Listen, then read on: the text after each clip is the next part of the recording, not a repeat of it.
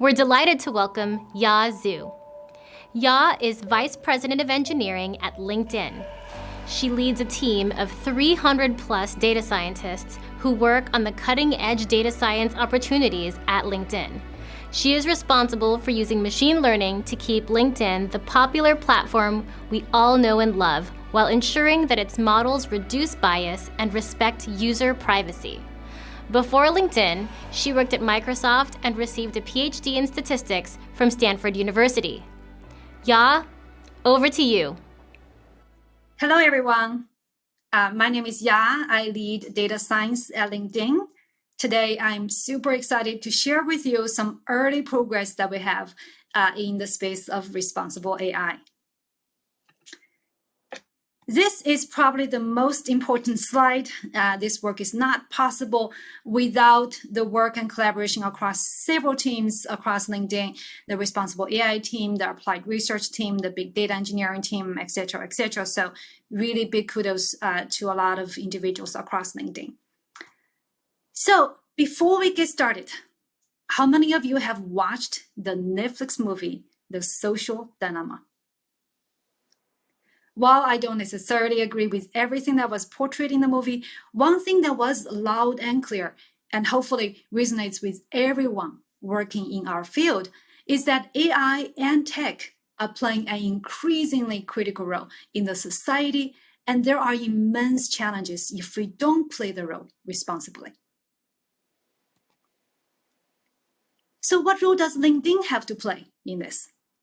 As the world's biggest professional social network, LinkedIn has become the platform where hundreds of millions rely on for economic opportunities, such as learning a new skill, applying for a job, getting a referral, building a network, and all these are powered by AI and technology. The amount of impact we can bring to the world is tremendous. For us, it's not enough to just build a good product, ship it, and go home.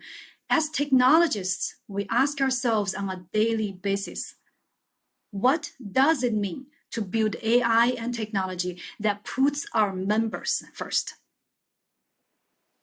If our vision is a guiding principle in our design process, then what are some of the considerations that we need to take into consideration as we build our technology and AI systems? And we call this responsible design. And one of the core pillars of responsible design is responsible AI. We follow Microsoft's responsible AI principles and the 6 values that we strive to build into our products. So in addition to the 6 values, it is really important to emphasize that responsible AI is about both intent and impact.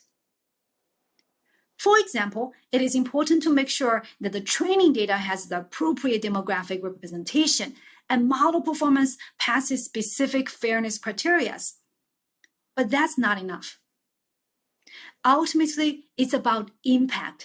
It's about how people are interacting with the product, the value and outcome they are getting. It's about putting our members first. In the rest of the talk today, we'll zoom into the 2 areas we have made the most progress on, fairness and privacy. And starting with fairness. Let's actually do a little warm-up. Can I just ask everyone to pause for a little bit and think about how you would define fairness?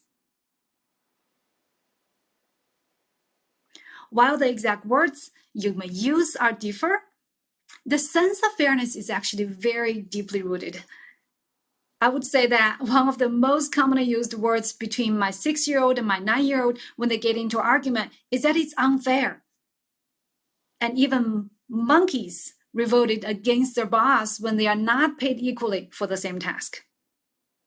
So while the definition of fairness is simple, can I then challenge you to think about how would you then go about quantifying it? Can you come up with a mathematical definition? And this is why that this fairness problem is a hard problem to solve.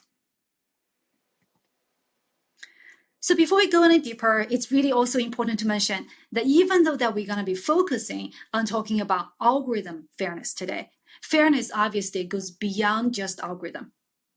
And if we take a member-centric view, that people care about is the overall fairness, regardless whether it's introduced by algorithms or representations on the platform, or even just copy and the wordings that's used.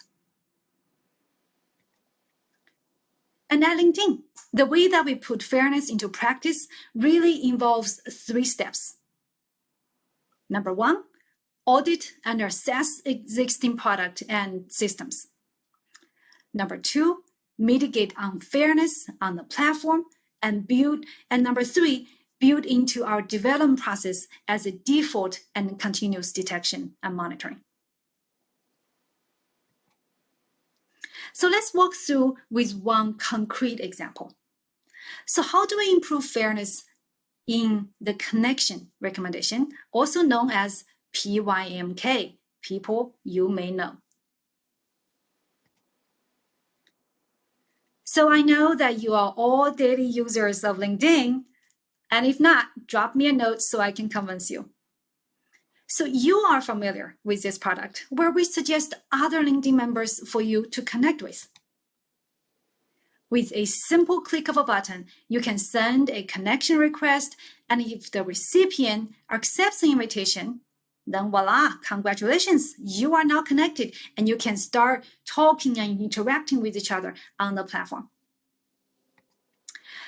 Just to show you how critical this process is to our members' success, our research have shown that applicants are 4 times more likely to get a job at a company where they actually have connections. And through analyzing hundreds of causal experiments, we also realized that when LinkedIn is able to increase members' network openness or diversity, they're also up to 15% more mobile in the labor market. And on top of that, PYMK, the connection recommendation that we just showed, actually accounts for 40% of all total connections that's made on LinkedIn. So I hope it goes without saying more that it's really important that we evaluate and improve the fairness in the PYMK algorithm. So this is how we're going to do it. We start by analyzing representation at every step of the AI decision funnel. Do we have gender parity when we generate candidate pool for the recommendation? Are male and female equally likely to receive an impression? How about getting an invitation and accepting an invitation? So one really challenging aspect about measuring whether a representation is fair or not is really to know what is the reference distribution.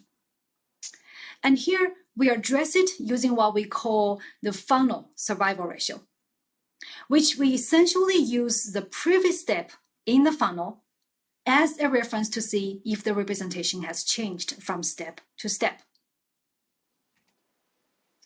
As you can see from the data here, what we discovered is that even though our algorithms don't seem to introduce any disparities in PYMK, as males and females are actually equally likely to be seen on the recommended list. However, females are more likely to be invited and are less likely to accept invitations.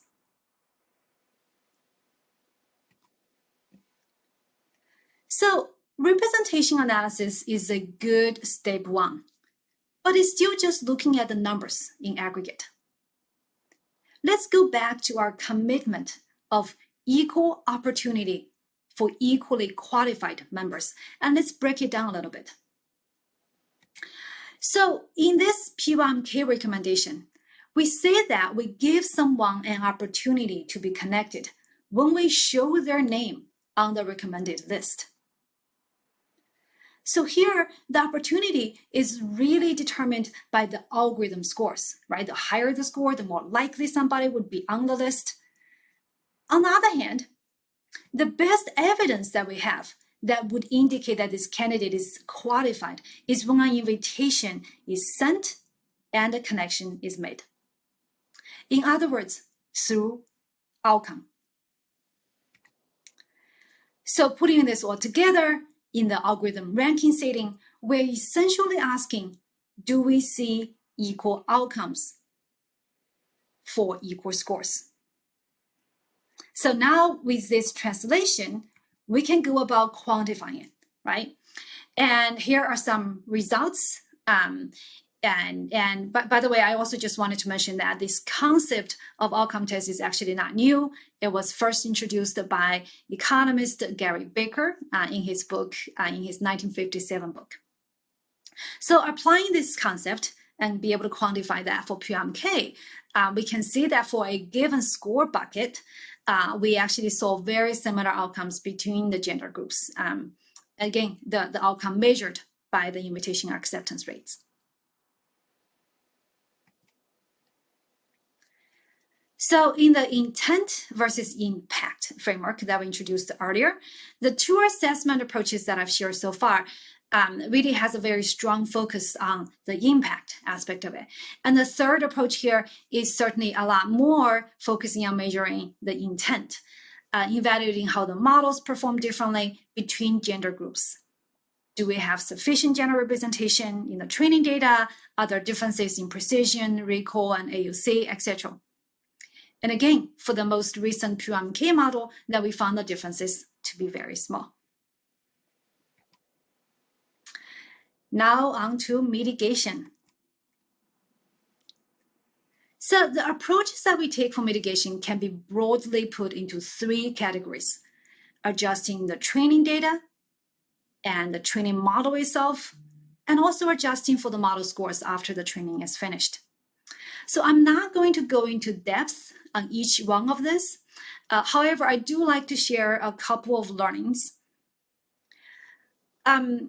First of all, re-weighting the training data so that we can make sure the training data is representative may seem the most obvious approach, and it's actually also just very often mentioned in the literature. It turns out that it's actually not as effective at improving the model towards passing the outcome test.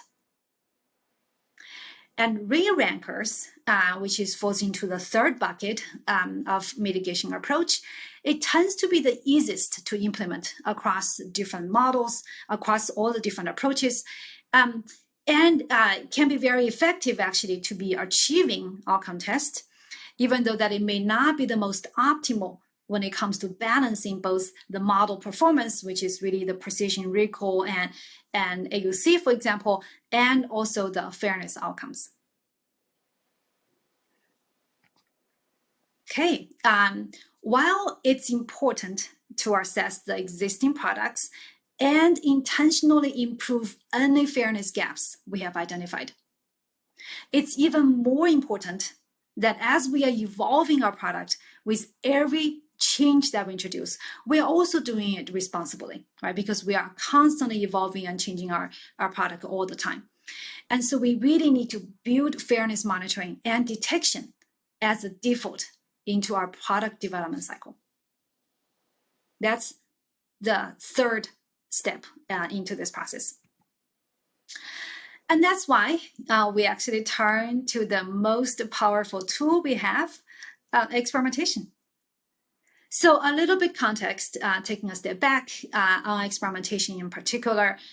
So at LinkedIn, all our features actually go through A/B testing, regardless whether it's a UI feature, whether it's an algorithm changes. And this, because of this, right, experimentation really provides us the platform to leverage to be able to introduce this sort of fairness awareness in every changes that we make. So our goal is to ensure changes that we make can really benefit every member. So both of these two aspects, number one, we not only wanted to evaluate whether certain interventions that we have introduced work well at closing the gaps we have identified. But it's equally important to be able to use this fairness aware experiments to evaluate whether we are introducing any unintended consequences as well. And we are doing by not only looking at treatment effects by categories and also other important attributes such as network size, but also whether we are shifting the distribution of opportunities. And I will go into a little bit more detail in the next few slides. So when we are looking at experiment results, we don't just look at the average treatment effects, right? So let me illustrate with a toy example. So now imagine that LinkedIn has 10 members and every one of them actually receives one invitation a day. So now I have two different versions of a product change. So these are what I call two treatments. So they both were able to increase invite by one invite on average, right?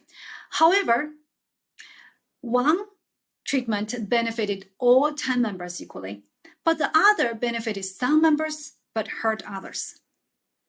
So we want to be able to catch that. We want to be able to capture that and catch those unintended changes, as one is certainly much more unequal than the other. And we do that using what we call Atkinson's index. This again is another classical concept from economics that measures income inequality, and it can be applied to any metric, not just the invite send metric. So now we have this metric, and every experiment is automatically checked for these inequality metrics so that we can detect any unintended consequences as we continuously evolve our product. I hope by now that you have a better understanding of the work we are doing on fairness.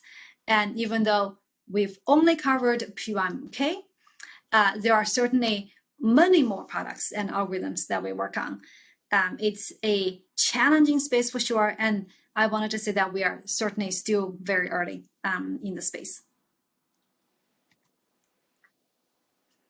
Now I'd like to actually switch gear a little bit and talk about the other important pillar in responsible AI, data privacy. As we were talking about fairness, you are probably already wondering, there's a lot of sensitive data that we need to leverage in order to measure and improve fairness on the platform. So how can we respect and protect the privacy of our members when leveraging all the data that they entrusted with us? And that is the challenge of data privacy. So you are not alone for asking those questions. Airbnb actually published a white paper last year showcasing their solution of addressing exactly that question. So even though that we are taking a different technical approach at LinkedIn, however, the overarching mission that we all try to achieve in data privacy is the same. And it's simply figuring out how we can utilize data while protecting the privacy of members. The balance of data utility and privacy is really a very complex one, but it's really critically important to get right. So everyone in the audience should have already been trained not to give out sensitive information such as your social security number. But did you know that for 87% of people in the United States, a hacker can still reconstruct your identity with just a combination of your birthday, your gender, and your zip code? That is why traditional techniques such as obfuscation and k-anonymity are not sufficient to defend our members' data privacy, especially not against such attacks such as the differencing and reconstruction attacks. This is why we are investing heavily in differential privacy, which really has become the new standard when it comes to data privacy protection. The idea is actually quite simple. What we can learn from the data should be the same with or without any single member's information. So if you imagine that this is the distribution curve we've learned from all these individuals, and now if I remove a member from the data set, the new curve that we can learn should be sufficiently close to the old one.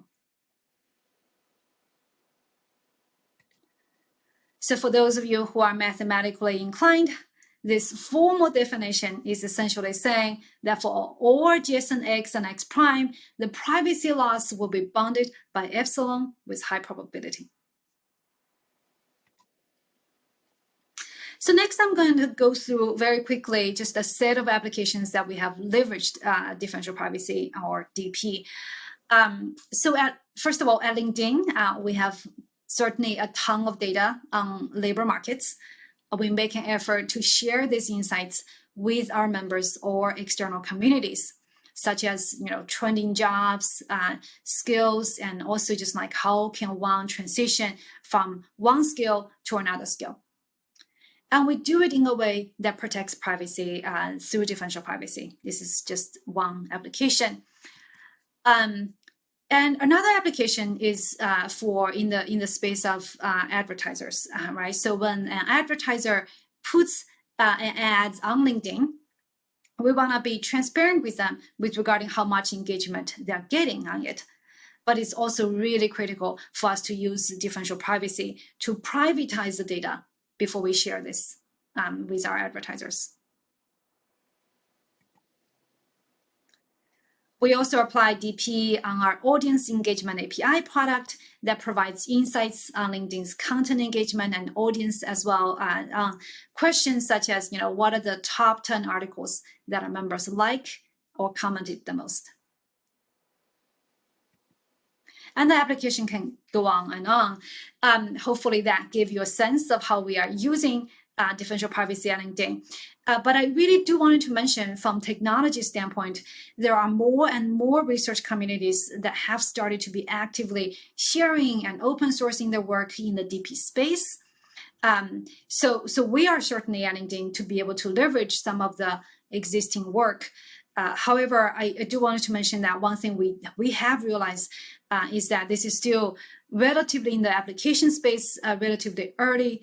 And in order to serve all the applications that I just mentioned, we actually also need to create new algorithms and studying and leveraging in addition to the leverage that I mentioned earlier. And also we need to build the new systems that is able to integrate with regarding how we are serving those data externally as well.